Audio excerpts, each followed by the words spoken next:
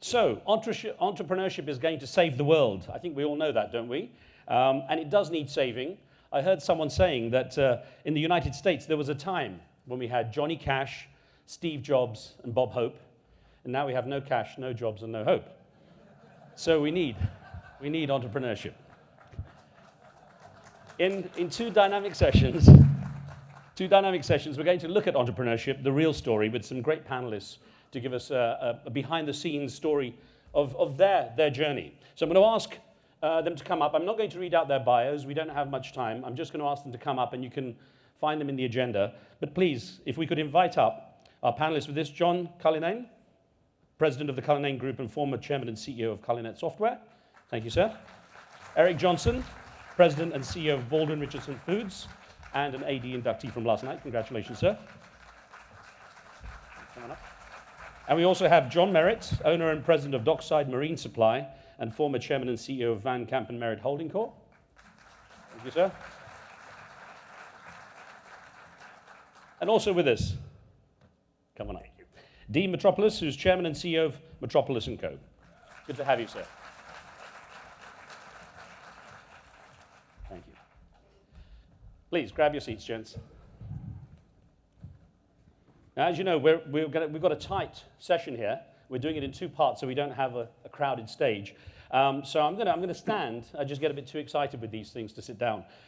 But I'm going to ask each of you to answer, I think, a question that Diane von Furstenberg kind of raised at the end of her session when someone said, well, what about your advice? And she said, make rules so you can break them. So perhaps, Dean, I could start with you, sir, and ask, what rules have you broken along the way?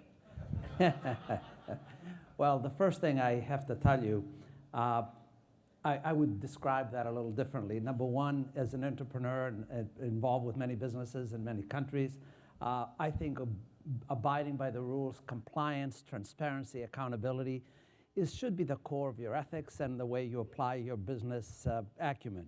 So I think that's a very important clarification. As regards to the rules, I think we have some fairly simple ones. Number one, have a vision when you go into an opportunity, have a culture of accountability and results and performance, and have the agility and to execute quickly. And I think that has driven us through. Do you break the rules along the way in terms of not being too structured in order to think outside the box and be innovative to transform these businesses? Absolutely. However, you have to have a certain amount of discipline. So quick follow-up. Have you ever had a speeding ticket? I have had a few. Okay, so a man who's willing to break the rules. I'm a bad driver, though. There you go. And John, if I could ask you to give your rule-breaking history. I'm going to say the rule breaking, you try to avoid, but you're going to do it somewhere along the line. Sometimes when you do a budget or when someone else asks you what your revenue is going to look like, you might stretch it a little bit, and you know you're stretching it because you have to have your earnings. But I'm going to welcome everyone here to the industrial technological revolution period of time. The speed in which you are going to have to function and change and be flexible is amazing. And the word integrity is going to be extremely important as you develop your futures and your lives, your products, and your social responsibilities. Thank you. I'll get back to that in just a minute. Eric Johnson, we heard about your story, your remarkable story of your career. What rules did you have to break along the way? Well, one of the things I would say is that as an entrepreneur, we often get to make the rules. And so we kind of set the dynamics of the organization strongly around values, but we set a group of rules out there. What I often look for is how do people navigate through them? So are they so bound that they can only follow the letter of the law, or do they really have a way to understand how to be successful and abide by the rules? And that is always a matter of judgment. So that's what I look for. John, sir. I would just follow up on what John said. When I started my company, the industry guru said there was no future in software. Others had tried and failed, and so would I. And I got down to $500 in the bank one day with a payroll due that day of $8,500, and a check literally came in for $8,500. So that gives you a sense of where I was. But if I were to say rules, it seemed to me everything I did was the opposite of what was being done in the industry at that time. So it seemed to be breaking every single rule there was. People, including some of my employees, said, you can't do that, you can't do this.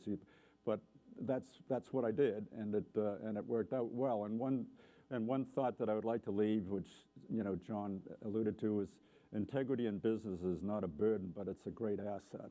And that's really one of the things that Babson was founded on.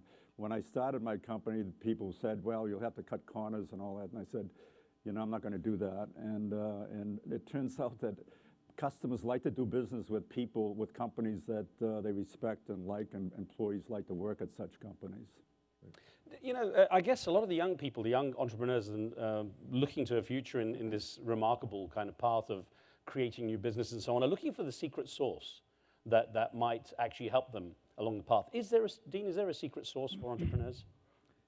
Well, I haven't found the secret sauce, but there are certain, as I said, disciplines. I mean, have a vision before you get involved and articulate that vision and have embracement and create a culture that allows enough independence to execute, but at the same time that embraces the vision that you have and set discipline and accountability. So I think that to me has been the secret sauce for our businesses. What would you say it was the thing you did most right and perhaps the thing you did most wrong? I'll tell you, one of the most right, and it's not the obvious one, is to introduce systems in our businesses that gave us full visibility to every decision we make. I mean, information technology is a huge commitment, transformation, and you can't run businesses with seat of the pants and instinct. You have to have a certain amount of instinct that allows for some enthusiastic engagement and creativity, but it has to be based on a wonderful view of the facts that guide the decision. And a lot of businesses don't, surprisingly enough, we find even large corporations, decisions are not based on wonderfully clear facts. And I think that introducing systems to our decision making has been critical. What about wrong turns? Wrong turns? Well, I'll tell you wrong turns. When something is not clear to you with a vision to get involved, don't get involved, because then you struggle for too long and you don't have the time to do it. And there's been one incident, I would say, that has applied for us, and luckily it has not been beyond that. I'll let the students grill you about that later, personally. Okay. Very good. Mr. Merritt, your experiences and the secret sauce that might exist. I think if you have a vision, is understanding and communicating that as you develop and you evolve is the biggest challenge, so that you have a team that works together. And to recognize those that are not part of that are going to cause you more aggravation and have to deal with it. The other thing is recognizing that as you grow from 5 or 6 or 7 people and you get larger, I'm going to say the magic number, though, about 100 people, you're no longer a family business. You have to get structured. You have more regulation. You have to create human resources. And the other major important thing is always share. Recognize in the world you're going to be coming into, you have far more responsibilities than just running a business. You have social obligations. You must take care of your employees throughout the blend. We would always declare a bonus of some kind in a good year, normally weekly, to everyone, because it's the smallest link in your chain that you're always looking out for when you're running a business. Where is that weakness? How do I provide for it? The biggest headache was recognizing as you grow, you can get software or change it, but all of a sudden, instead of being able to change it in a month or buy a package, you have to start planning for 1 to 2 years before you can implement that software. So there are certain areas that can be a weak link that could cause a great deal of problem, and you can't implement it. So looking for the strategy you need to provide the services to your customers or your clients can take a lot longer than you may realize as you grow and develop, and I'm talking over a year or 2. Thank you. Eric Johnson, I think you showed last night in the film about your adventure. Obviously, hard work is part of that secret sauce too. Mm-hmm. Listening to what John Merritt was saying about growth and size, what would you say, what approach would you say gives you the right direction, and what mistakes do you think you made along the way? Okay. Well, first of all, to the secret sauce. The best secret sauce that I've ever seen is passion. And when people are passionate about what they're doing, they have a lot of energy, they have a lot of creativity, and they feel free to really kind of probe into areas that may be unorthodox or come up with ideas that you haven't thought about. So to me, passion is a real key in an entrepreneurial environment. Now, to their point, and as I said yesterday, our business has grown in the last 21 years, literally from 2.5 million to 275 million, and from far less than 100 employees to now over 300 employees. And it really does change the environment. What doesn't change are the values of the organization. And I think I heard it said yesterday morning, and it really came from Arthur Blank when he talked about how important the values were for their expansion and what they did to ensure that that was a part of it. And that's very much where Baldwin Richardson Foods is today on our journey, is to make sure that the values and the things that we do to support our growth continue to remain constant. Thank you. John Cullinan, your perspective. Yeah, there were two thoughts that I would like to leave that are extremely important, and I put them into something called the Cullinane Active Archive, which is it's a site that you can go to if you want. But one is the non-binding letters of intent. I use those initially to raise the money. It's the most perfect way to test the marketplace, inexpensive, to whether your idea is good or bad. If you can't get some of the best prospects to sign a non-binding letter of intent on their letterhead, then maybe it isn't such a good idea and you should find another one. The second one there is the ability, the way to create very good sales messages. It's impossible to get a group of any entrepreneurs sitting around a table to come up with a good sales message as to who's going to buy their product, you know, why they should buy it, and put the competition on the defensive at the same time. We were going out of business, and I had to figure out a way to do that and get my people to agree on what a message was. So I ended up creating this particular process, and it works all the time to this day.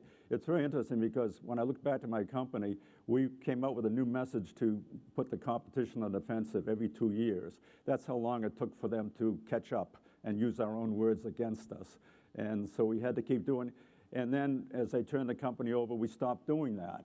And that's how we got into trouble. The competition is out there coming, and you can't let you can't be answering the competition's questions. If you are doing that, then they're putting you on the defensive. You have to put them on the defensive. You know, it was interesting what John Merritt said about taking care of the weakest link. And I'm wondering how you see building the strength of the company on that, making sure the weakest link is the most looked after. Well, I think, first of all, you got to be aware that where the weak link is, because that competition does not give you the luxury of waiting to identify the weak link. So it's a highly interactive process where you meet with your management, you look at your monthly financials, then you begin to see where you're weak. You're losing market share, competitive innovation is outstripping your performance. And you got to address that with, and I love the word passion with it, because exactly, you got to, with discipline and passion, and if you don't foster that in the organization, that weak link is going to expand and you're going to lose it, and a lot of companies do lose it. John Merritt, I wonder if I could just get you to look a little ahead in the future and see how you might view entrepreneurship changing in the coming years. You mentioned the need to keep up with technology and so on earlier. I think to change this technological revolution you're going into and what you're challenging, as I said, welcome. I'm on the other side of the mountain. You're on the climbing side of the mountain, and you're going to face change and regulation because a lot of what's being done today is not regulated. So you're going to have to live in a world where the speed in which you have to change and address, you may get frustrated by it, but you better be ready for it. You have to figure out, do you have the talent, the capability, and can you maneuver and change fast enough to understand your competition and creating in what I call products of integrity during that period of time. And Eric, if things are changing so fast, at what point do the experiences we're listening to here become redundant for the next generation? Well, you know, I think when we think about change, and oftentimes we spend a lot of time looking at software companies, we look at services, but you know, we're in the manufacturing business, and the manufacturing concept has not changed. What has changed is how we go to market. So when 20 years ago, if we made products to specification, delivered on time, we were a good manufacturer. Then it became how many nutrients can we give them, and what are the other features, and how do we reduce costs? Today, we're in the innovation business. And so what used to take us 18 months to deliver to get to market, now they want 18 days if possible. And we literally can develop products in 48 hours and have them in the hands of a customer that wants to try something new. So innovation is probably the strongest word that I can think of when I think of where do we have to go in the future. And that in itself does drive a lot of change, and it means that you can't take a lot of time with it. So John Cullinan, what advice would you be giving out to young entrepreneurs? Well, I'm an investor in a number of very advanced software companies. And I hadn't done it for a while, and then I got back involved in a very big way. And then after being with them for some time, I realized nothing has changed at all right? Other than essence of speed and so on and so forth, and how do you access those markets, but it's still, whom are you going to try to sell these to, and why should they buy it, and how do you put the competition on the defensive, and how do you do all of that? Nothing has changed, believe me, okay? So with just a couple of minutes to go, I don't know if I'm putting you on the spot here, all of you, but if you have a favorite quote, a favorite line that describes entrepreneurship, team, what would it be? I probably would use a few words: agility, performance, results, and accountability. Okay. John? I'm going back with Dwight Eisenhower. I made a quote on the word integrity and the importance of that today in your products, in your own personal lives, how you work with your society is going to be a major challenge, because I think in many areas we have violated the integrity of our products, our relationships, our stories, and what's being told, and how you communicate with your employees. It's important for them to buy into your philosophy. Why do you think, John, why do you think it's been violated? I think what's happening right now, there are a lot of people that may be creating products for the sake of making money. One of our major examples in the mutual fund industry was creating a junk bond fund and the diversification of it. And one of our competitors always would show a better yield. But when you studied what was in that portfolio and the risk percentages he was taking, I'm saying that's not adding value to the public who is buying that product. Eventually, they got in serious trouble because they overextended their risks. We did not bring a product out that would compete with it, and we knew it. A tough decision, because you weren't making a decision on just making money, but adding value. And it could be in any one of our fields, of the importance of the product, the importance of making sure it's a high quality product in whatever you do, and that you can back it up and realize if it's a problem, deal with it. Narek, if you had a quote to embody entrepreneurship, what would it be? I have to laugh because I'm going to be honest with you.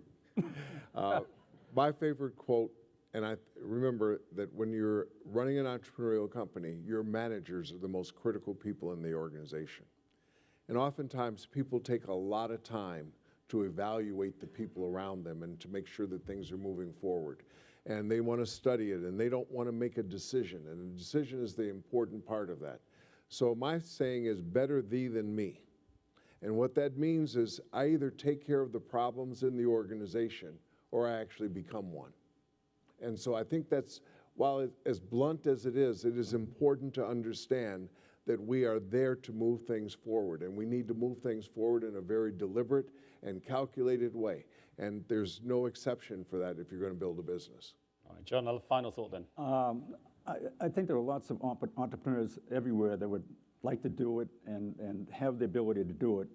My experience is you have to force yourself into change and take on new responsibilities, new jobs. People hate change, but at the same time, a year later, they might be in a much better position to do something and gain the confidence needed to maybe take the next step and actually create a company.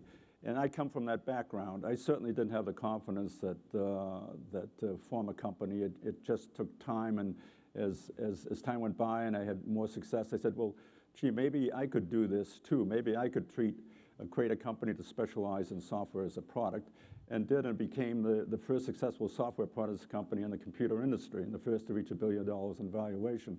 But when I started out, there's no way that somebody with my background should have been able to accomplish that, because there were lots of people with far better educations and technology backgrounds than I had, but I was able to do it. So in this room, there are people who are probably thinking about, gee, I'd like to start a company, maybe, but I don't really have the ability or confidence or whatever. But you have to keep forcing yourself into new situations, and through that process, you gain confidence. And on that positive note, please a round of applause for the panelists. Thank you, gents. Thank you. Thank you, sir.